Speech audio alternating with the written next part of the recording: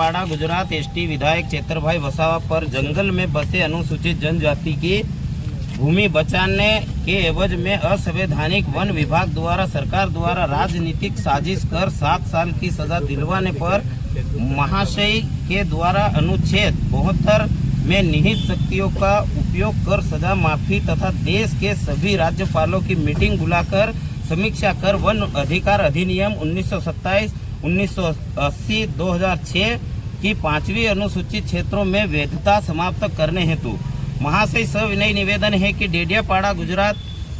राज्य के अनुसूचित क्षेत्र schedule area part A state order 1950 के रूप में नोटिफाई है, जिस पर फॉरेस्ट एक्ट 1927 आज़ादी के पहले लागू नहीं था। आज़ादी के पहले शेड्यूल डिस्ट्रिक्ट एक्ट 1874 के लिए ऐसी कोई अधिसूचना बेयर एक्ट में नहीं है।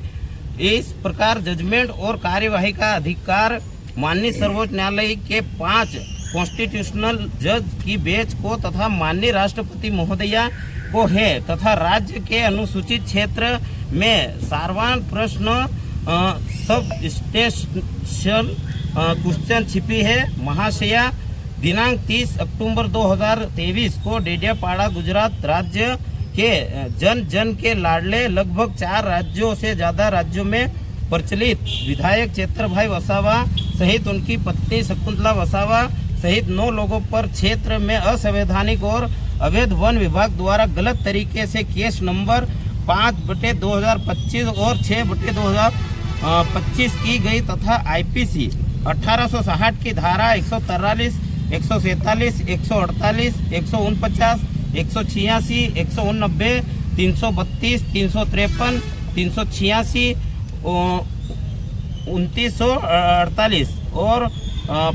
506, 201 और 34 आमर्स एक्ट की सेक्शन 25(1) विधायक पद से हटाने के लिए 23 जून 2026 को 7 साल की सजा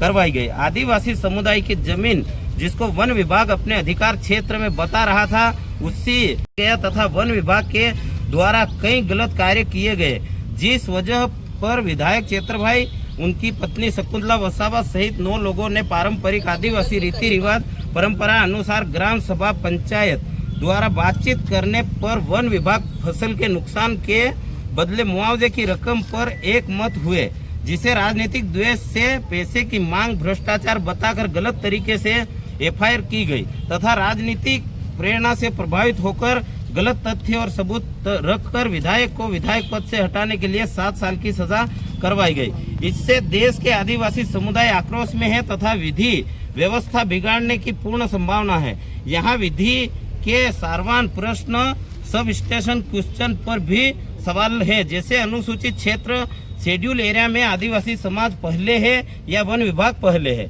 समता बनाम आंध्र प्रदेश 1997 जजमेंट आने के बाद माननीय सर्वोच्च न्यायालय के निर्देश अनुसार तत्कालीन राष्ट्रपति महोदया प्रतिभा पाटिल ने देश भर के राज्यपालों की मीटिंग बुलवाई थी, जिसमें देश भर के आदिवासियों के हित और अधिकार की चर्चा थी, जिसमें राष्ट्रीय अनुसूचित जनजाति आयोग की विशेष रिपोर्ट वर्ष 2012-13 में लिखित है। असंवैधानिक वन कानून 2006 1997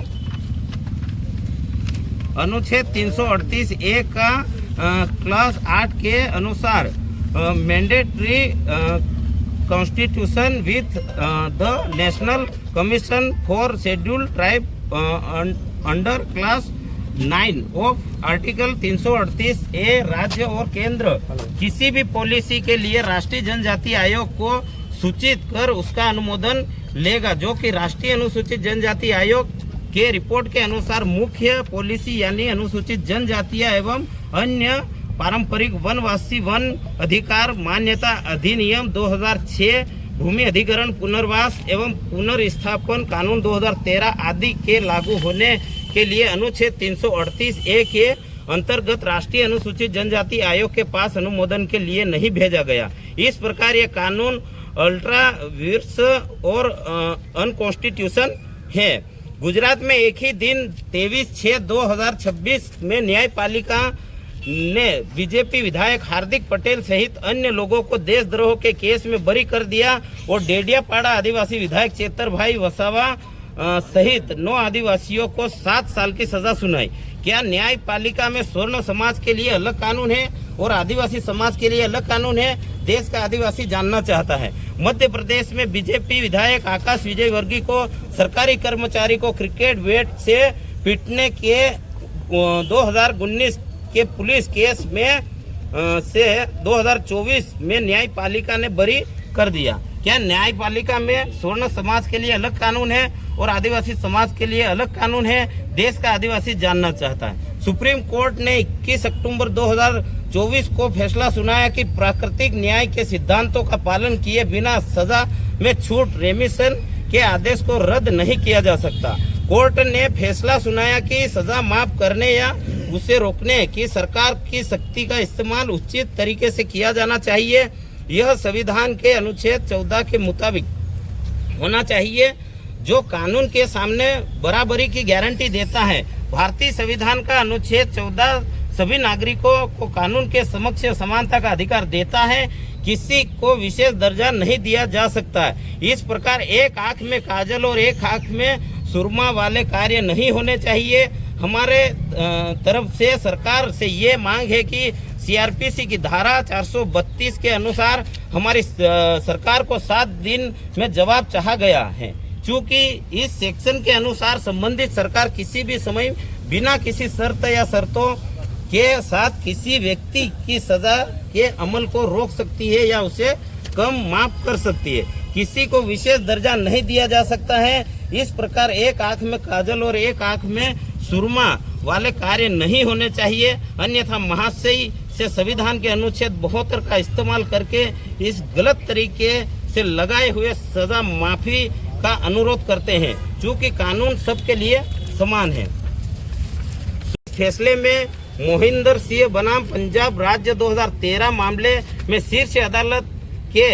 पहले के नजरिए को सही ठहराया था, जिसमें कहा गया कि माफी देने का फैसला सोच समझकर उचित और सभी संबंधित पक्षों के लिए निष्पक्ष होना चाहिए। देश आजाद होने के बाद आदिवासी समुदाय को प्राप्त संविधान के अनुच्छेद 244 एक 5वीं अनुसूची विशेषाधिकार अनुच्छेद 13(3) क ग्राम सभा को विधि का बल विशेषाधिकार पेशा कानून 1996 और वन अधिकार कानून 2006 आदिवासी समाज के जल जंगल जमीन विशेषाधिकार को खत्म करने में वन विभाग, राजस्व विभाग और पुलिस विभाग का सबसे बड़ा योगदान है या नहीं? राम कृपाल भगत वर्सेस बिहार 1969 जजमेंट में माननीय सर्वोच्च न्यायालय ने संविधान के अनुच्छेद 372 एक की परिभाषा बताते हुए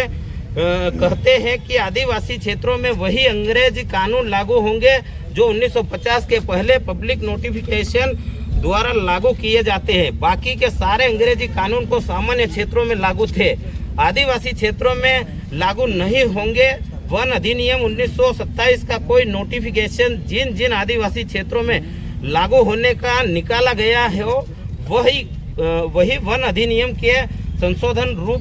भी लागू होंगे। ऐसा कोई भी अधिसूचना अनुसूचित क्षेत्र में नहीं किया गया था। फिर किस तरह से आदिवासियों पर वन अधिकार अधिनियम लागू किया गया? महाशय के द्वारा अनुच्छेद 372 एक के एक्सप्लानेशन पर देश के सभी राज्यपालों की मीटिंग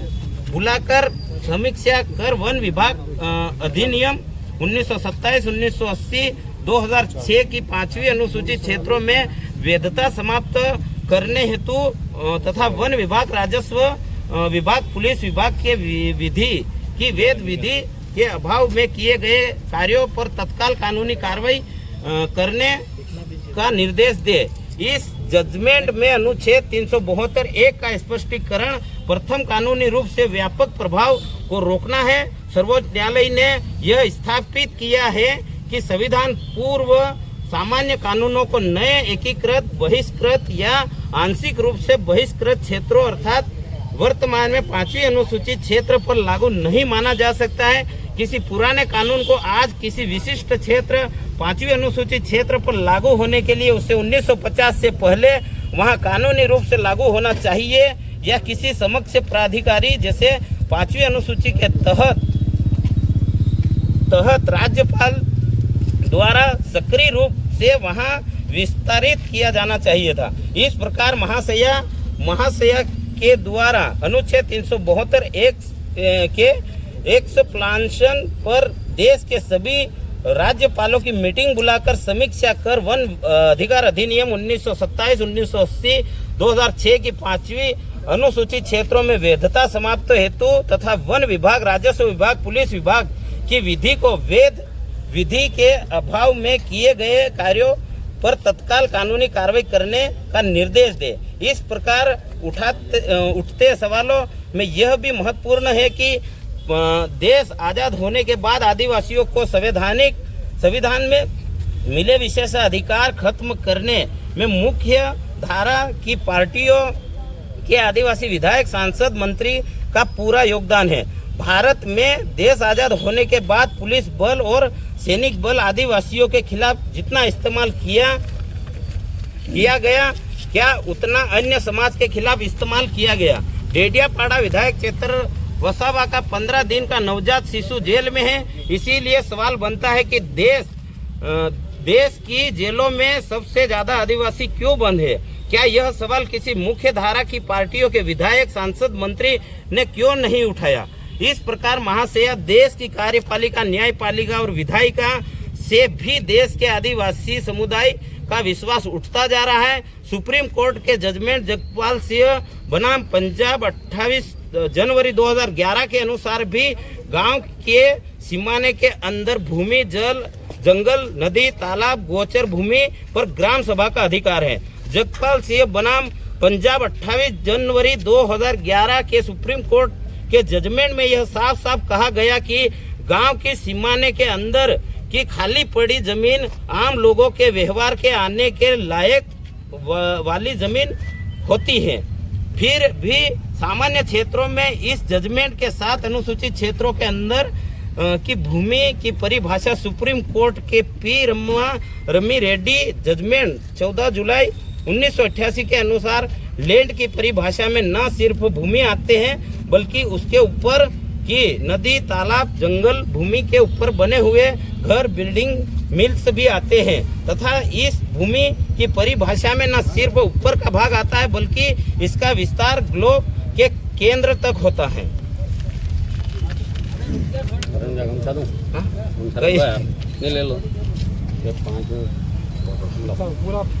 जगपाल सिंह बनाम पंजाब 28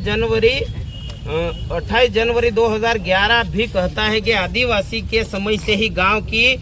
रोजमर्रा के कार्य में काम आने वाली जमीन राजनीतिक शक्ति और शारीरिक शक्ति का दुरुपयोग करके छीना गया है। उपरोक्त बातों से यह साफ जाहिर है कि सामान्य क्षेत्रों के कानून से अलग हटकर अनुसूचित क्षेत्रों के गांव के अंदर के सीमाना के अंदर की जमीन पर ग्राम सभा का अधिकार होता है और इस भूमि की परिभाषा में न सिर्फ खेती लायक जमीन आती है, भर्ती, गोचर भूमि, नदी, तालाब, पहाड़, जंगल भी आते हैं। इस प्रकार वन अधिकार अधिनियम 1927, 1980, 2006 के रूढ़िगत ग्राम सभा द्वारा प्रस्तुत किए गए दावों पर बिना राजनीतिक दबाव में आए हुए निष्पक्ष जांच की मांग हमारे द्वारा की जाती है। साथ ही वर्ष 2006 के बाद अनुसूचित क्षेत्रों के जंगलों में बसे अनुसूचित जनजातियों और जातियों तथा जिनके द्वारा दावा प्रस्तुत न किया गया हो, कहीं न कहीं अपने पैतृक भूमि से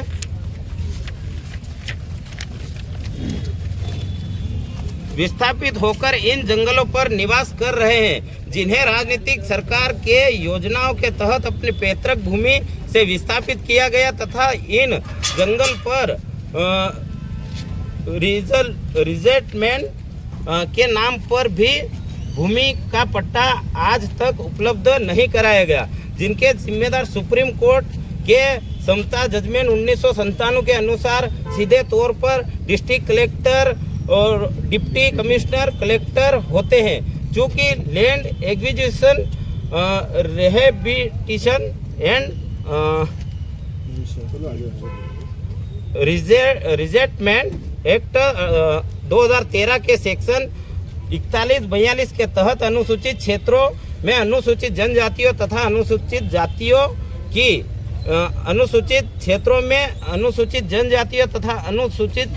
जातियों की भूमि अधिग्रहण की ही नहीं जाएगी। यदि विकास कार्यों के लिए बहुत जरूरी हो तभी ली जाएगी। उस पे भी जब विकास कार्यों इंडस्ट्री और कंपनी नहीं के लिए कहीं सामान्य क्षेत्रों में भूमि उपलब्ध न हो तभी ली जाएगी। इस भूमि अधिग्रहण के लिए भी ग्राम सभा रूढ़िगत के अनुमति आवश्यक है, वरना अधिग्रहण वर्जित होगा। ग्राम सभा न होने की स्थिति में ग्राम पंचायत की अनुमति ली जाएगी। विस्थापन की स्थिति में विस्थापितों को 100% मुआवजा, वापस बसाए जाने के लिए नई जगह पर उनको भूमि पट्टा उपलब्ध कराने तथा बसाए जाने वाले जगहों पर विकास कार्य मौजूद नहीं होने चाहिए, जबकि लगभग भारत के सभी भागों में ऐसा नहीं हुआ, जिसकी वजह से विस्थापित वन भूमि में स्थापित हो गए। इसकी भी जिम्मेदारी विस्थापित के पैतृक भूमि के डिप्टी कलेक्टर, डिस्ट्रिक्ट कलेक्टर और कलेक्टर हैं। समता जजमेंट 1997 के अनुसार अर्थात अनुसूचित क्षेत्रों स्टेट अनुसूचित 12 के संदर्भ में राज्यपाल में केंद्र सरकार और राज्य सरकार दोनों निहित है तथा भारत के संविधान के अनुच्छेद 294 से लेकर 300 तक अर्थ संपत्ति पर केंद्र और राज्य का अधिकार अनुसूचित क्षेत्रों में नहीं है तथा इन क्षेत्रों पर उनका शासन हर 10 साल के करार के माध्यम से होता है। इस वजह से अनुसूचित क्षेत्रों में भूमि का आदान प्रदान वर्जित है तथा लीज के माध्यम से ही भूमि आदान प्रदान की अनुमति सुप्रीम कोर्ट देती है। छोड़ दो।